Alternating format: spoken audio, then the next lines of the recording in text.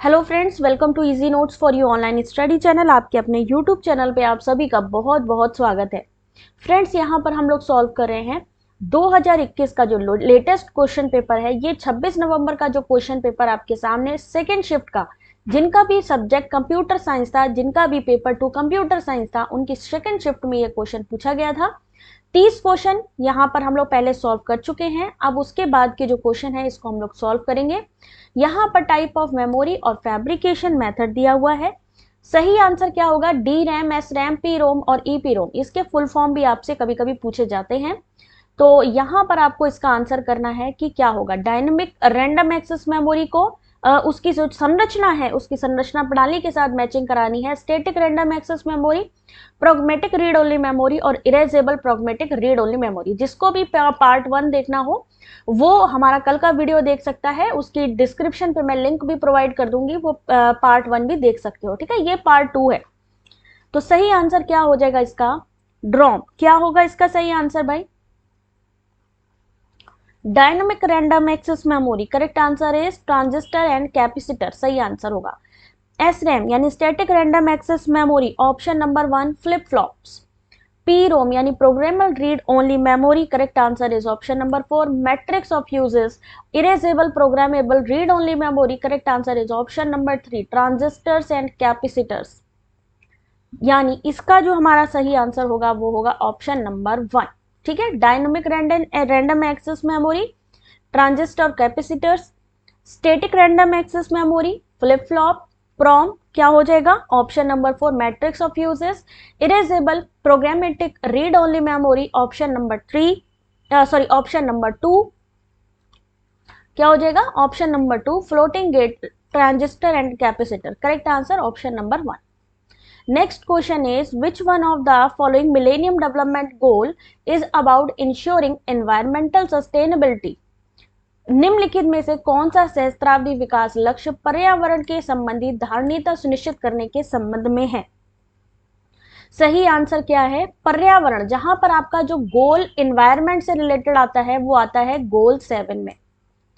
Millennium development का MDG का जो 7वां गोल है वो किससे रिलेटेड है? एनवायरमेंट सस्टेनेबिलिटी से। नेक्स्ट क्वेश्चन इज, वायु प्रदूषक किनका सम्मिलन है? क्या क्वेश्चन है यहाँ पे? वायु प्रदूषक किनका सम्मिलन है? क्या आंसर होगा? The air pollutant NOx is a combination of option number 3 nitrogen dioxide and nitric oxide. Option number 3 क्या आंसर होगा? यहाँ पर nitrogen dioxide and nitric oxide. Environment के इस तरीके के क्वेश्चन आपसे पूछे जा रहे हैं। असर्शन रीजन का क्वेश्चन है। सिस्टोसोमियासिस एक दूषित जल जनित रोग है। सिस्टोमियासिस रोग मुख्यतः पानी में सल्फेट की उपस्थिति के कारण होता है। क्या आंसर सही होगा इसका? एनवायरमेंट के ऐसे ही क्वेश्चन आते हैं, जो भी बीमारी जिस चीज से होती है उसको जरूर कंसिडर करिएगा। ठीक है, इसका जो सही आंसर होगा ऑप्शन नंबर 1 यानी schistosomiasis is a mainly cause due to the presence of sulphate in water. Option number 1 सही है। Option number 1 schistosomiasis is a polluted water borne disease सही है। Schistosomiasis is a mainly cause due to the presence of sulphate in water, ये गलत है। यानी यहां पर जो सही आंसर होने वाला है वो है ऑप्शन नंबर 3। पहला सही है और दूसरा जो है वो ऑप्शन गलत है।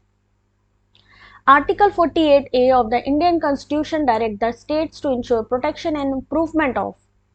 भारत के संविधान के अनुच्छेद 48 का में राज्यों को किसका संरक्षण और संवर्धन सुनिश्चित करने के लिए निर्देश किया गया है? इसका जो सही आंसर होगा वो होगा एजुकेशन, एनवायरमेंट। जो भी आपको लगता है क्वेश्चन का आंसर होना चाहिए उस पर कमेंट करिए। सही आंसर इसमें होगा ऑप्शन नंबर 2 एनवायरमेंट। 48A में राज्यों को पर्यावरण के संरक्षण और संवर्धन सुनिश्चित करने के लिए निर्देश किया गया है। Next question, which of the following state has a maximum wind power potential in India as per MNRE's latest report. MNRE की अद्यतन रिपोर्ट के अनुसार किस राज्य में भारत में पवन ऊर्जा की अधिकतम संभावना होती है? क्या आंसर होगा सही? क्या आंसर सही होगा इसका?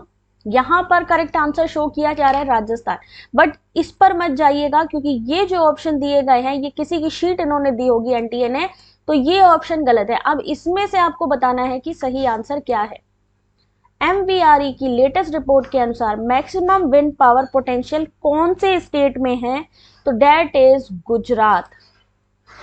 सही आंसर है गुजरात, इसका सही आंसर है। Next question is NSQF will be aligned with international standard classification of occupations maintained by NSQF किसके अनुरक्षण में अंतरराष्ट्रीय व्यवसाय मानक वर्गीकरण के साथ संबंध हो जाएगा। क्या होगा इसका correct answer? Option number 1 ILO। जिसको भी ILO का फुल फॉर्म पता हो जल्दी से कमेंट करके बताएंगे ILO का फुल फॉर्म क्या होता है। नेक्स्ट क्वेश्चन इज सार्थक। सार्थक क्या है? सार्थक क्या है? A training programme for teacher launch by the government of India. Bharat सरकार द्वारा चलाया गया शिक्षकों के लिए प्रशिक्षण कार्यक्रम। इम्प्लीमेंटेशन प्लान फॉर NEP 2020 यानी NEP 2020 हेतु कार्यान्वयन योजना। A government of India initiative to provide psychological support for student and teachers for mental health and emotional wealth. An organisation for supporting the differently abled children. क्या होगा इसका सही answer? ध्यान से इस पूरे क्वेश्चन को देख लो और ये PDF आज मैं अपलोड कर दूंगी वेबसाइट पे, तो आप सब लोग वहां से डाउनलोड कर सकते हो, ठीक है। क्योंकि यहाँ पर काफी इन्होंने जो लेटर्स यहाँ पे लिखे हैं काफी लेंदी हैं, जिसकी वजह से एग्जैक्ट यहाँ पर हो सकता है विजन आपको ना आए, लेकिन आप लोग डायरेक्टली डाउनलोड करके इसको चेक कर सकते हो। Option number 2 implementation plan for NEP 2020 SARTHAQ. National knowledge commission recommended opening 500 university to enable India to, इसको भी थोड़ा कम करें, जूम हो गया बहुत ज्यादा ही,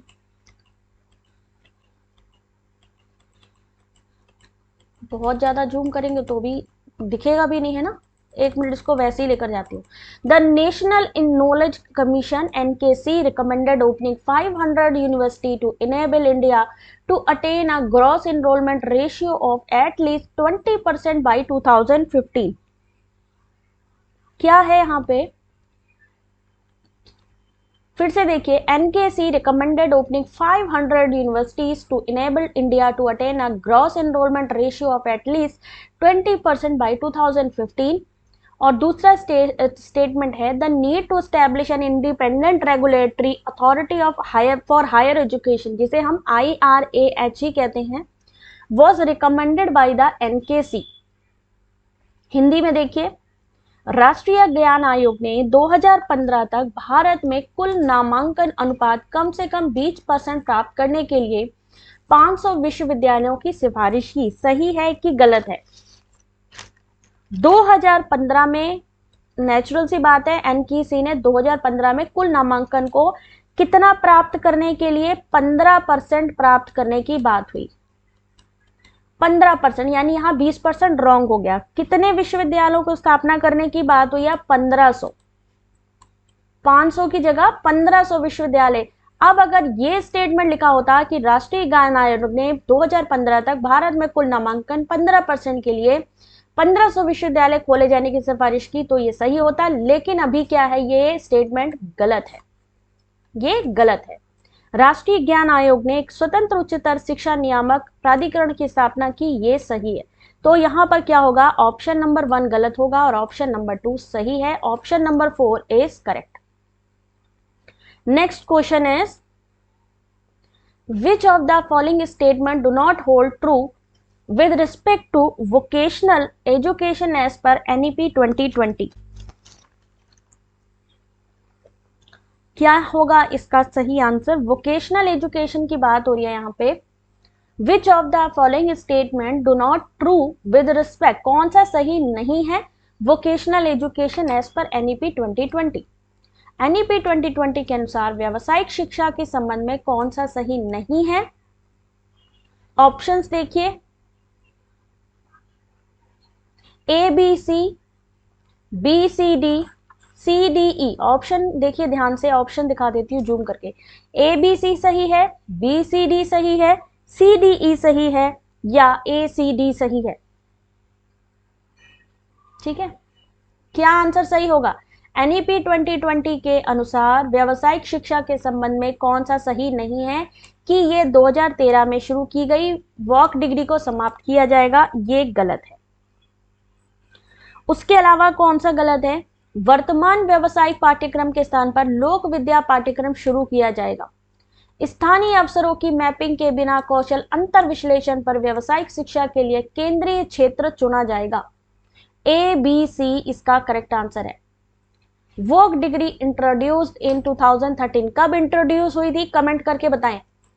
लोक Vidya courses will replace existing vocational course, ये भी गलत है, ये भी गलत है। और focus area for vocational education will be chosen on skill gap analysis without mapping local opportunity. A B C इसका रॉन्ग है। और कब ये शुरू करी गई वोक डिग्री, आपको कमेंट करके बताना है। सही आंसर इसका होगा option number 1। Next question is, matching दी गई है तक्षशिला, उज्जैन, विक्रमशिला और मान्यखेत। मैच कराइए इसका, क्या आंसर सही होगा? लिस्ट 1 को लिस्ट 2 से, यानी जो यूनिवर्सिटी यहां पर बताई हुई है वो किससे संबंधित रही हैं? तांत्रिक टीचिंग, द्वैत स्कूल ऑफ थॉट, मेडिसिन और एस्ट्रोनॉमी। ऑप्शंस देखिए, अभी बताइए इसका सही ऑप्शन क्या होगा, क्या आंसर सही होगा इसका?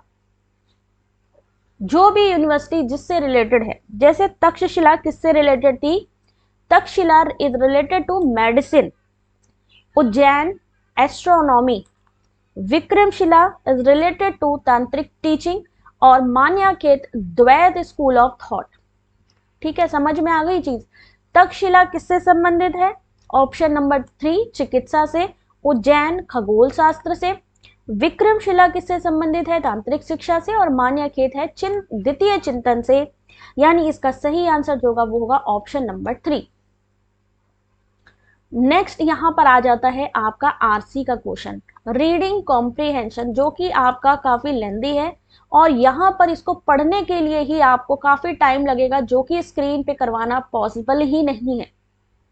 ये देखिए कितना लंबा, यहां पर मैं ट्राई करूंगी, अगर ये प्रॉपर अगर मेरे से बन जाएगा तो फिर मैं एक अलग शीट में बना दूंगी, बट इस जो ऑफिशियल शीट है इस पे तो नहीं हो पाएगा। अलग से मैं ट्राई करूंगी कि ये आरसी मैं आपको सॉल्व करवा दूं, बट अभी यहाँ पर ये चीज, इतना लंबा पैराग्राफ सॉल्व करना रियली बहुत मुश्किल है। बट मैं फिर भी इनके आंसर बता दूंगी, जिससे कि जब आप ये डाउनलोड करोगे तो आपको हर क्वेश्चन का आंसर आपके सामने मिल जाएगा। ठीक है, यहां पर देखो डीआई का क्वेश्चन भी बीच में डाल दिया, पता नहीं किस चक्कर में। बाकी इसके पूरा का पूरा ये क्वेश्चन पेपर आपके सामने है। कोई भी डाउट हो, यहां पर इस क्वेश्चन को ड्रॉप कर दिया गया था ये क्वेश्चन। नेक्स्ट क्वेश्चन जो था वो था सही आंसर उसका ऑप्शन नंबर 1। आरसी को आप लोग भी सॉल्व करना और ट्राई करना कि कि उसके आंसर सही है कि गलत है। ठीक है, इसका सही आंसर ऑप्शन नंबर 3। तो यहां पर कंप्लीट हो गए हैं 50 क्वेश्चंस। अब ये 50 क्वेश्चंस में ये पार्ट 2 था। पार्ट 1 कल जो मैंने वीडियो कराया है उसकी लिंक भी आपको इसी वीडियो के डिस्क्रिप्शन पर मिल जाएगी, और जो चीज ना समझ में आए उसको पूछ लीजिएगा। पार्ट 1 और पार्ट 2 दोनों देखिएगा तो ही ये समझ में आएगा। ये क्वेश्चन पेपर 2021 का है, जिसे हमने पूरा क्वेश्चन पेपर सॉल्व किया है। जिसको भी इसकी पीडीएफ चाहिए हो वो हमारी वेबसाइट पर क्लिक करेगा। वेबसाइट की लिंक आपको अबाउट सेक्शन पर भी मिलेगी, वीडियो के डिस्क्रिप्शन पे भी मिलेगी, या फिर जो हमारे चैनल का नाम है easy notes for you online study channel, उस पर जाकर के आपको जो गूगल पर सर्च करना है। सर्च करने के बाद आपको पहले ही यूजीसी नेट 2021 के सारे क्वेश्चन पेपर का फ्री पीडीएफ मिल जाएगा। साथ ही ये जितने पेपर मैं सॉल्व करा रही हूँ ये भी आपको वहां पर अवेलेबल मिल जाएगी। आई होप आप लोगों को ये चीज समझ में आई होगी। अगर अच्छी लगी हो क्लास तो प्लीज वीडियो को लाइक शेयर करिएगा। Thanks for watching.